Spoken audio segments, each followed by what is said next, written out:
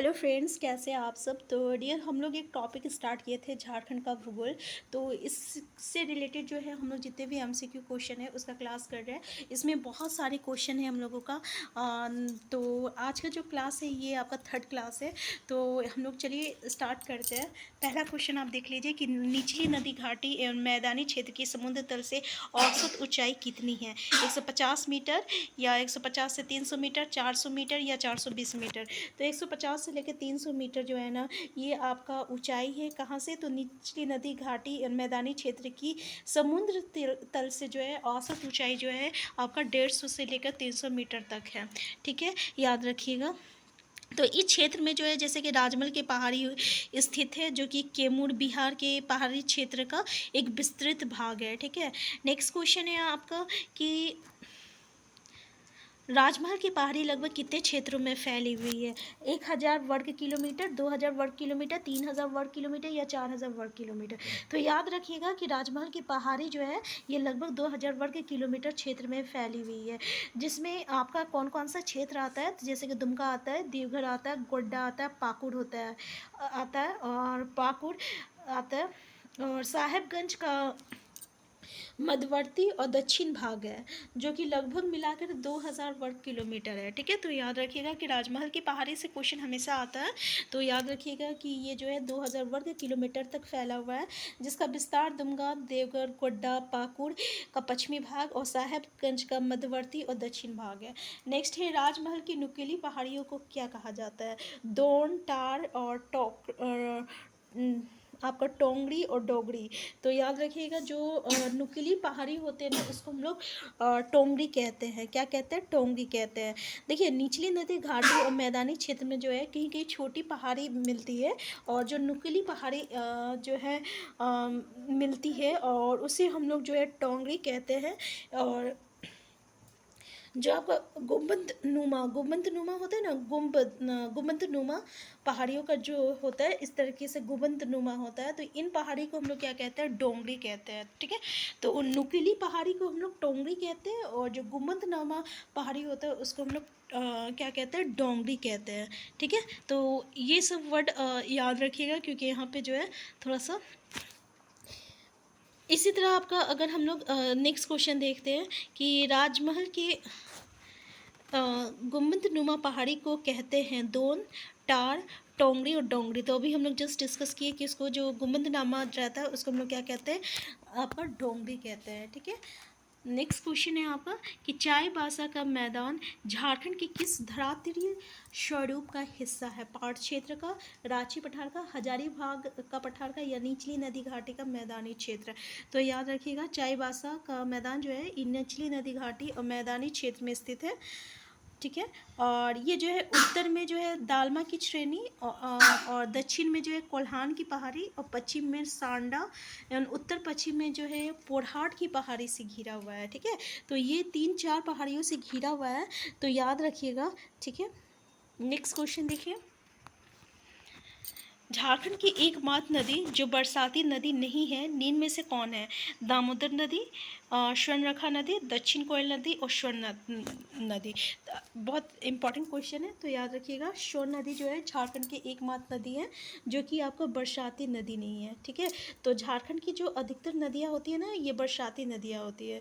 यानी हम लोग कह सकते हैं दूसरे शब्दों में कि झारखंड की नदियाँ जो होते हैं बरसात के महीने में ही जो रहता है पानी भरा हुआ रहता है, और जबकि गर्मी के महीने में वो क्या होता है? सूख जाता है। ठीक है, तो झारखंड की नदियाँ जो रहता है पानी के लिए जो रहता है वो आपका किस पे निर्भर रहता है? वर्षा की पानी, मतलब मानसून पे निर्भर रहता है। लेकिन ये जो सोन नदी है, जो कि झारखंड की एकमात्र नदी है जिसमें सालों भर पानी रहता है, तो यहाँ से ये क्वेश्चन जो है आपको देखने को मिलेगा। नेक्स्ट है, झारखंड की एकमात्र नदी कौन सी है जिसमें वर्षा ऋतु में नावें चला करती है, जैसे कि सोन नदी, मोर नदी, नाबुनर नदी और कोयल नदी। तो याद रखिएगा वो कौन सा है? तो मोर नदी है। ठीक है, क्या है? मोर नदी या मयूराक्षी नदी है। ये एकमात्र ऐसी नदी है जिसमें जो है वर्षा ऋतु में नाव चलाई जाती है। ठीक है, नेक्स्ट क्वेश्चन है आपका कि प्रवाह की दिशा के अनुसार झारखंड की नदियों को कितने भागों में बांटा जाता है। कितने भागों में बांटा जाता है, 2, 3, 4 या 6। तो याद रखिएगा, प्रवाह की दिशा के अनुसार झारखंड की नदियों को जो है 2 भागों में जो है बांटा जाता है। एक है उत्तरवर्ती नदियाँ, एक है पूर्ववर्ती नदियाँ। ठीक है, तो कितना हो जाएगा आंसर, 2 हो जाएगा। कौन कौन सा, उत्तरवर्ती नदियाँ और पूर्ववर्ती नदियाँ हो जाएगा। ठीक है, ये 2 हो जाएगा। नेक्स्ट क्वेश्चन है आपका कि निम्न में से कौन झारखंड की उत्तरवर्ती नदियाँ नहीं हैं। दामोदर नदी, स्वर्णरेखा नदी, ब्राकर नदी, इनमें से भी। आंसर क्या हो जाएगा डी? तो इसका आंसर हो जाएगा, आंसर डी हो जाएगा कि झारखंड की उत्तरवर्ती नदियाँ में से ये जितने भी ये बोल रहे हैं, क्वेश्चन क्या है कि कौन झारखंड की उत्तरवर्ती नदियाँ नहीं हैं। तो ये सभी जो है झारखंड की उत्तरवर्ती नदियाँ नहीं हैं। तो उत्तरवर्ती नदियाँ को हम लोग गंगावर्ती नदियाँ भी कहते हैं, जिसमें कौन कौन सी नदी आती है, जैसे कि स्वर्ण नदी आती है, उत्तरी कोयल नदी आती है, पुनपुन नदी आती है, फल्गु नदी आती है, सकरी नदी आती है, चानन और पंचानन नदी आती है, फिर दामोदर नदी आती है, स्वर्णरेखा नदी आती है। ठीक है, और आपका ब्राकर नदी आती है, और और आपका पूर्व, एक मिनट। तो ये जितनी नदियाँ हैं ना, ये उत्तरवर्ती नदियाँ में आती है। लेकिन ये जो 3 नदी है आपका, दामोदर, स्वर्णरेखा और ब्राकर नदी, ये तीनों जो है ये आपका पूर्ववर्ती नदियाँ में आती है। ठीक है ना, तो अभी हम लोग फिर से डिस्कस कर लेते हैं कि उत्तरवर्ती नदियाँ में कौन कौन सी नदियाँ हैं। आपका सोन नदी, उत्तर कोयल नदी, पुनपुन नदी और फल्गु नदी, सकरी नदी और चानन या पंचानन नदी। ये 6 नदी जो है ये आपका उत्तरवर्ती नदियाँ हैं। और ये दामोदर, ब्राकर और स्वर्णरेखा नदी जो है ना, ये आपका जो है ये पूर्ववर्ती नदियाँ में आती है, जिसको हम लोग दक्षिणवर्ती नदियाँ कहते हैं। ठीक है ना, तो गलती से क्या हुआ, हम इसको ये तीनों को भी उत्तरवर्ती कह दिए थे, तो यहाँ थोड़ा सा मिस्टेक हो गया था। ठीक है, सॉरी उसके लिए। नेक्स्ट क्वेश्चन है आपका कि सोन नदी झारखंड के किस जिले में सर्वप्रथम प्रवेश करती है। गढ़वा, पलामू, लातेहार और गुमला। तो याद रखिएगा, गढ़वा, सोन नदी जो है झारखंड के गढ़वा नदी में जो है सबसे पहले प्रवेश करती है। ठीक है, सोन नदी जो है ना, ये आपका अमरकंटक की पहाड़ी से निकलकर झारखंड की गढ़वा नदी में सबसे पहले प्रवेश करती है। इसके बाद ये पलामू होते हुए कहाँ जाती है, बिहार में प्रवेश करती है, तथा पटना के पास जो है गंगा में जाके मिल जाती है। याद रखिएगा कि अमरकंटक की पहाड़ी से निकलकर झारखंड में ये गढ़वा जिले में आता है सबसे पहले, फिर उसके बाद पलामू से होते हुए बिहार में प्रवेश करता है और जाके फिर पटना में गंगा में मिल जाता है। ठीक है, नेक्स्ट क्वेश्चन है आपका कि उत्तरी कोयल किसकी सहायक नदी है। तो देखिए, आपको बता दें, ये जो पूर्ववर्ती नदियाँ हैं और मध्य और उत्तरवर्ती नदियाँ हैं, इसका हम एक शॉर्ट वीडियो बनाए हैं, जो कि आपको प्लेलिस्ट में मिल जाएगा। तो उससे जो है बिल्कुल 5 मिनट में आप कौन सी नदी कहाँ है वो बिल्कुल आपको याद हो जाएगा। ठीक है, उसकी लिंक आपको डिस्क्रिप्शन बॉक्स में मिल जाएगा। नेक्स्ट है, उत्तरी कोयल किसकी सहायक नदी है। दामोदर है, स्वर्णरेखा, सोन और अजय नदी। तो आंसर क्या हो जाएगा, उत्तरी कोयल जो है ये आपका सोन नदी की जो है सहायक नदी है। ठीक है, और कन्हर नदी भी जो है ये आपका उत्तरी कोयल का सहायक नदी है। ठीक है, कन्हर नदी याद रखिएगा। नेक्स्ट है, सोन नदी का मुहाना निम्न में से कहाँ है। उत्तरी कोयल नदी, शंख नदी, गंगा नदी, ब्राकर नदी।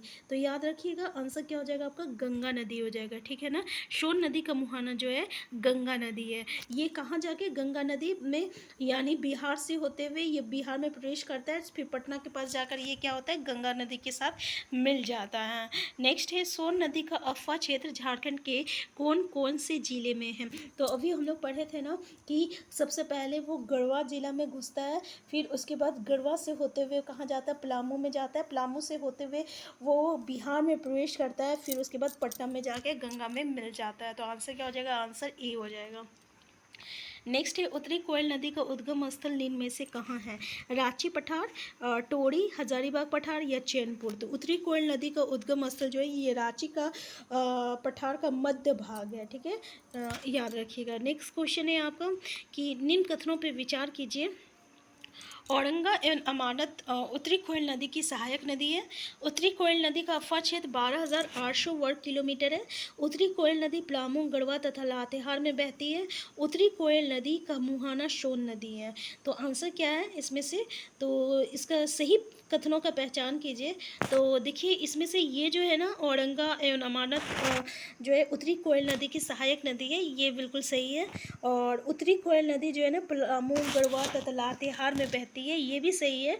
और उत्तरी कोयल नदी का मुहाना जो है ये आपका सोन नदी है, तो ये भी सही है, ठीक है। जबकि इसका जो अफवाह क्षेत्र है ना, ये 12,800 किलोमीटर नहीं है, बल्कि इसका अफवाह क्षेत्र जो है ये 9,030 वर्ग किलोमीटर है, ठीक है। तो ये जो रहेगा ये स्टेटमेंट गलत है, बाकी तीनों स्टेटमेंट सही है, इसलिए आंसर सी जो रहेगा ये इसका करेक्ट आंसर है। तो आज का क्लास हम यहीं तक रखते हैं। इससे आगे का क्वेश्चन जो है हम लोग नेक्स्ट क्लास में डिस्कस करेंगे। तो चैनल में नए हैं, चैनल को सब्सक्राइब कर लीजिएगा। वीडियो हेल्पफुल होगा तो प्लीज़ लाइक शेयर करना मत भूलिएगा। Thank you.